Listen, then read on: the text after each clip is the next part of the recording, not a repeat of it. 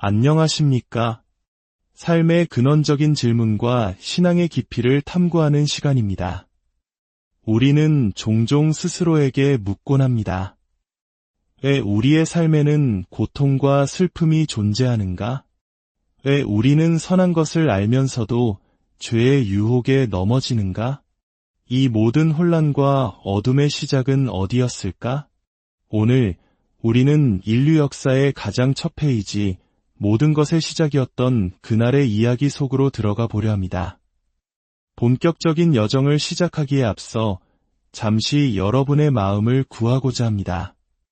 오늘 이 이야기가 여러분의 마음에 울림을 준다면 하나님의 은혜를 나누는 마음으로 이 영상을 소중한 이들에게 공유해 주십시오.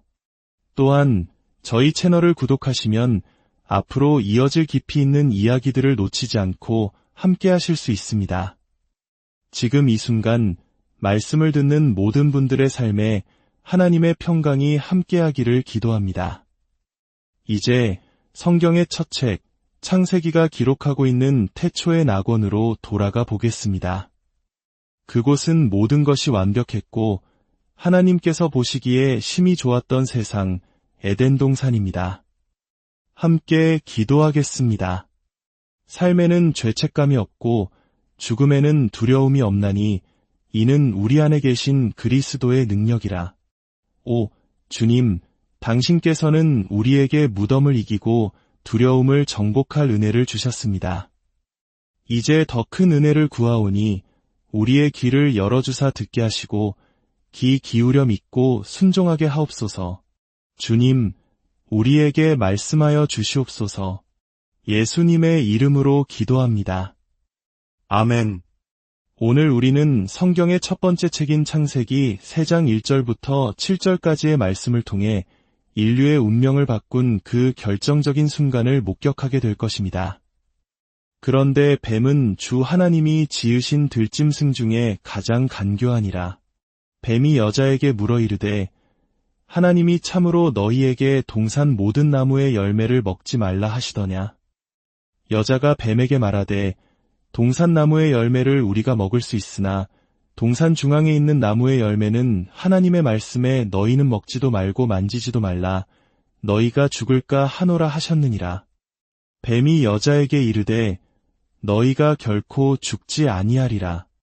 너희가 그것을 먹는 날에는 너희 눈이 밝아져 하나님과 같이 되어 선악을 알 줄 하나님이 아심이니라.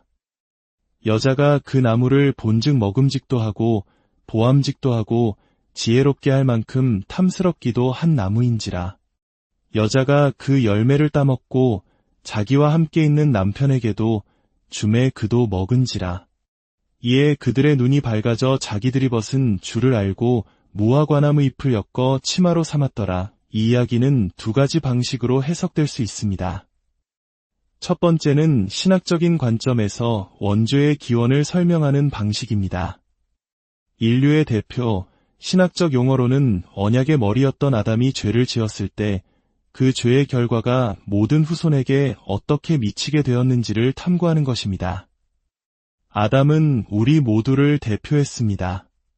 그의 실패는 곧 우리의 실패가 되었고 그 결과 모든 인간은 태어날 때부터 죄성, 즉 타락한 본성과 죄책을 물려받게 되었습니다. 로마서 5장 12절은 한 사람으로 말미암아 죄가 세상에 들어왔다고 말하며 18절은 한 번의 범죄로 많은 사람이 정죄에 이르렀다고 선언합니다. 창세기 3장은 바로 우리가 왜 지금과 같은 모습으로 살아가는지, 이 세상에 왜 슬픔과 고통, 갈등이 가득한지에 대한 근원적인 해답을 제시합니다. 하지만 오늘 저는 두 번째 방식에 더 집중하고자 합니다. 이 이야기를 단지 인류 최초의 죄에 대한 기록으로만 보는 것이 아니라 바로 모든 죄의 원형으로 살펴보는 것입니다. 죄는 어떻게 시작되는가? 왜 우리는 아침에 일어나 오늘은 죄를 지어야지라고 계획하지 않음에도 불구하고 매일같이 죄의 유혹에 넘어지는 것일까? 죄는 왜 그토록 달콤하게 유혹하며 결국에는 왜 항상 우리를 실망시키는가? 창세기 3장은 바로 당신과 나의 삶 속에서 지금도 반복되고 있는 이 영적 싸움의 본질을 적나라하게 보여줍니다. 이야기의 막이 오릅니다. 창세기 1장과 2장에서 좋았더라는 후렴구가 반복되던 완벽한 낙원의 어느 날, 한 마리의 뱀이 조용히 등장합니다. 요한계시록 20장은 이 존재를 옛 뱀 곧 마귀여 사탄이라고 분명히 밝힙니다. 우리는 사탄의 기원에 대해 많은 것을 궁금해합니다. 성경은 그 모든 질문에 명확한 답을 주지는 않습니다. 다만 베드로후서 2장과 유다서 등을 통해 본래 천사였던 존재들의 타락과 반역이 있었음을 암시합니다. 이사야 14장과 에스겔 28장은 교만으로 인해 타락한 천사의 모습을 엿볼 수 있는 중요한 단서를 제공합니다. 특히 에스겔 28장은 두로 왕에 대한 애가를 통해 본래 에덴 동산에서 완전한 지혜와 아름다움을 지녔던 기름 부음 받은 덮는 그룹, 즉 높은 지위의 천사가 자신의 아름다움으로 교만해져 죄를 짓고 쫓겨났음을 묘사합니다. 이 구절들은 사탄이 본래 빛의 천사였으나 하나님의 자리를 탐내어 반역하고 추방당했음을 보여줍니다. 창세기 저자인 모세는 악의 기원 자체보다는 인간의 죄와 죄책이 어떻게 시작되었는지에 더 집중합니다. 여기서 우리가 기억해야 할 중요한 사실이 있습니다. 첫째, 우주 안의 악은 인간에게서 시작되지 않았습니다. 둘째, 그리고 더 중요하게 악은 하나님에게서 시작되지 않았습니다. 사탄은 창조주 하나님과 동등한 존재가 아닌 명백한 피조물입니다. 태초에 선한 하나님과 악한 신 두 개의 힘이 경쟁한 것이 아닙니다. 악은 영원한 존재가 아니며 유일하신 하나님에 의해 만들어진 피조세계 안에서 발생한 반역의 결과물입니다. 뱀은 실제로들의 짐승이었지만 동시에 사탄의 인격적인 임재를 상징하는 존재였습니다. 히브리어 원문에는 놀라운 언어 유희가 숨어 있습니다. 창세기 2장 25절에서 아담과 하와가 벌거벗었다는 단어는 아롬입니다.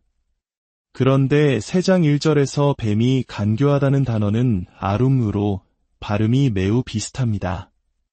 순수하고 부끄러움이 없던 아롬의 상태였던 인간에게 교활한 아룸의 존재가 다가와 그들의 순수함을 파괴할 것을 암시하는 것입니다. 사탄의 전략을 자세히 살펴보겠습니다. 이것은 단지 오래된 이야기가 아니라 오늘날 우리를 향한 사탄의 공격 방식과 정확히 일치합니다. 첫째, 사탄은 남자 대신 여자에게 먼저 접근합니다. 이것은 여성이 더 속기 쉽다는 의미가 아닙니다. 사도 바울이 디모데전서에서 이 사건을 언급한 이유는 하나님께서 세우신 창조 질서의 전복을 보여주기 위함입니다. 남자는 아내를 위한 영적 리더이자 보호자로, 여자는 남자를 위한 돕는 배필로 창조되었습니다. 사탄은 이 질서를 뒤흔들기 위해 의도적으로 하와에게 접근했고, 아담은 그 옆에서 아내를 보호하거나 대화를 중재하지 않고 수동적으로 방관했습니다. 이미 이 대화가 시작되는 순간부터 창조 질서에는 균열이 가기 시작한 것입니다. 하와가 하나님의 말씀을 부정확하게 전달한 것은 그녀의 책임이지만 동시에 아내에게 말씀을 제대로 가르치고 지켜주지 못한 아담의 책임이기도 합니다. 둘째, 사탄은 단정적으로 부정하지 않고 질문으로 시작합니다. 하나님이 정말로 그렇게 말씀하셨느냐? 이것은 매우 교활한 접근입니다. 만약 사탄이 처음부터 하나님은 나쁘다, 그에게 불순종해라 라고 외쳤다면 우리는 쉽게 그 정체를 간파했을 것입니다. 하지만 그는 빛의 천사로 가장하여 마치 순수한 신학적 토론을 제안하는 것처럼 다가옵니다.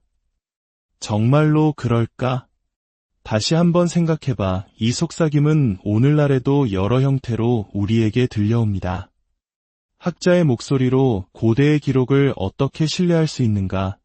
라고 묻고 포스트모던 교수의 입을 통해 우리가 정말 하나님의 뜻을 알 수 있을까? 라고 회의하게 만듭니다. 혹은 겸손을 가장하여 누가 감히 하나님의 뜻을 안다고 주장할 수 있겠는가? 라고 말하며 우리 마음속의 말씀에 대한 확신을 흔들어 놓습니다. 셋째, 사탄은 하나님의 말씀을 교묘하게 왜곡합니다. 하와의 대답에서 우리는 이미 그녀의 마음이 흔들리고 있음을 봅니다. 하나님께서는 창세기 2장에서 모든 나무의 열매는 내가 임의로 먹되라고 말씀하시며 풍성한 관대함을 먼저 보여주셨습니다. 금지는 단 하나뿐이었습니다. 하지만 하와는 동산나무의 열매를 우리가 먹을 수 있으나 라고 말하며 하나님의 풍성함을 축소합니다.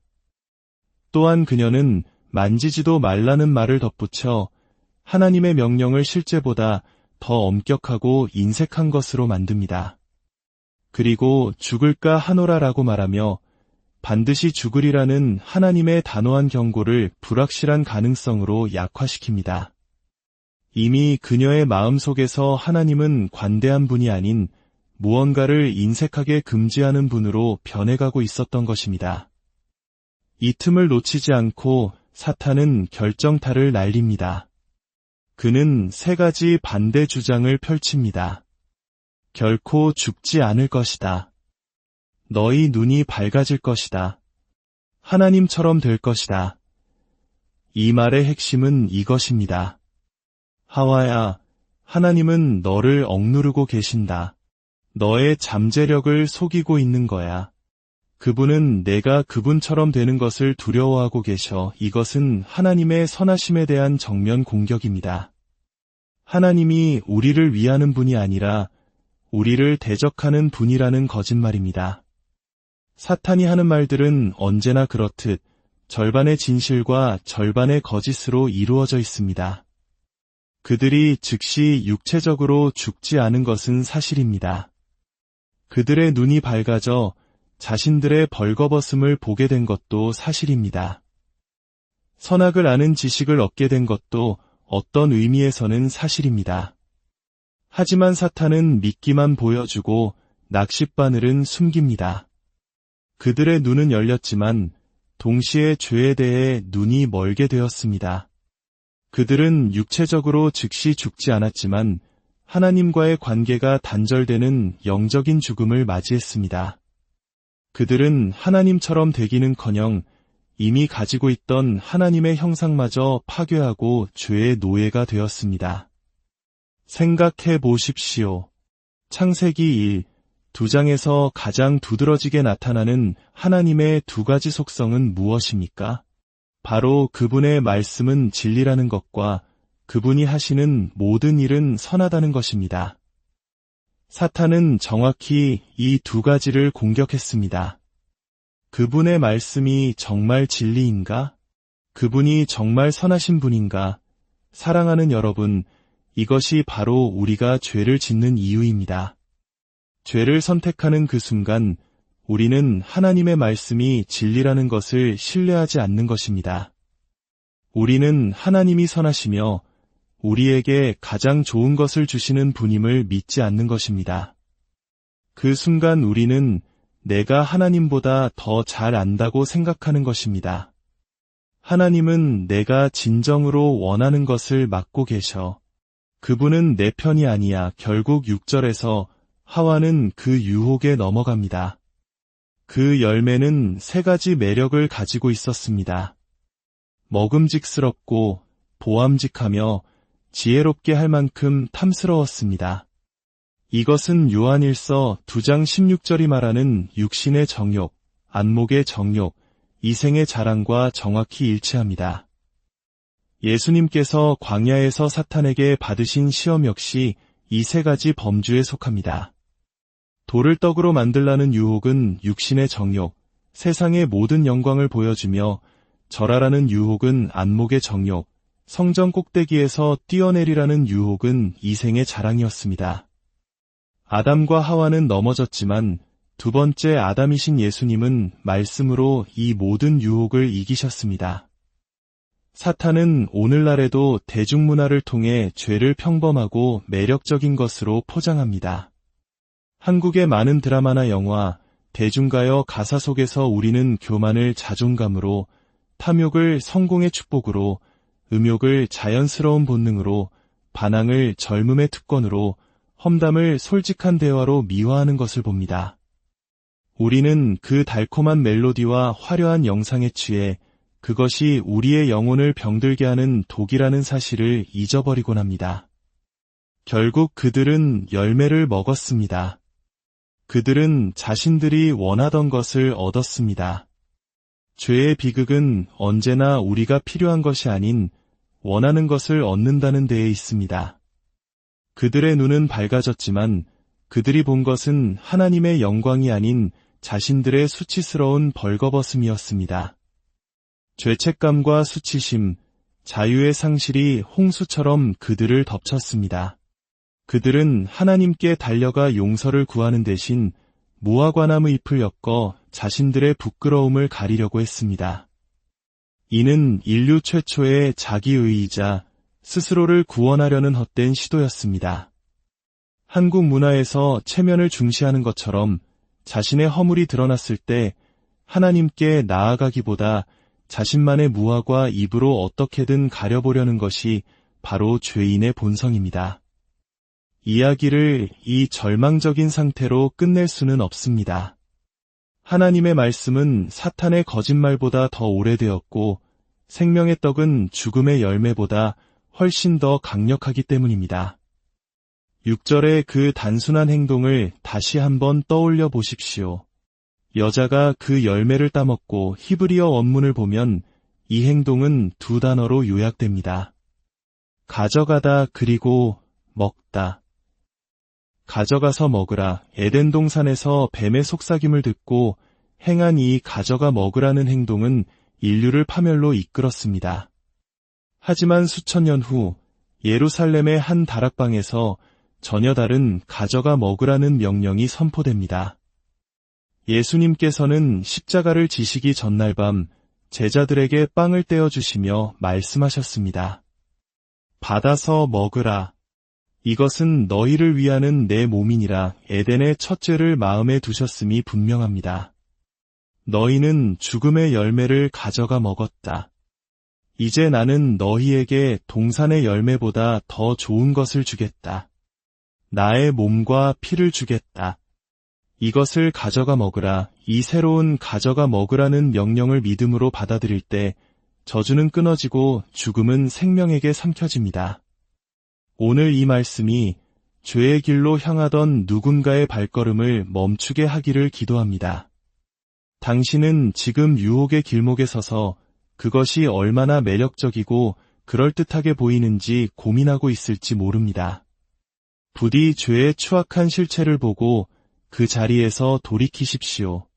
또한 이 말씀이 우리 모두를 십자가 앞으로 인도하기를 기도합니다. 우리 모두는 죄를 지었고 우리의 벌거벗음은 드러났으며 우리 모두는 금지된 열매를 가져가 먹었습니다. 그래서 그리스도께서 우리에게 오셔서 말씀하십니다. 너희 모든 죄 사함을 위하여 이것을 가져가 먹으라. 우리의 자비로우신 하늘 아버지, 아담의 타락 안에서 우리 모두가 죄를 지었나이다. 당신의 자비를 구합니다. 우리에게 생명과 호흡과 건강과 힘을 주시는 하나님, 우리의 위대한 구속주의 찬양을 노래할 1000개의 혀가 있다면 좋겠습니다. 우리 하나님과 왕의 영광, 그 은혜의 승리를 노래하게 하소서. 우리에게는 당신의 은혜가 필요합니다. 예수님의 이름으로 간절히 구합니다.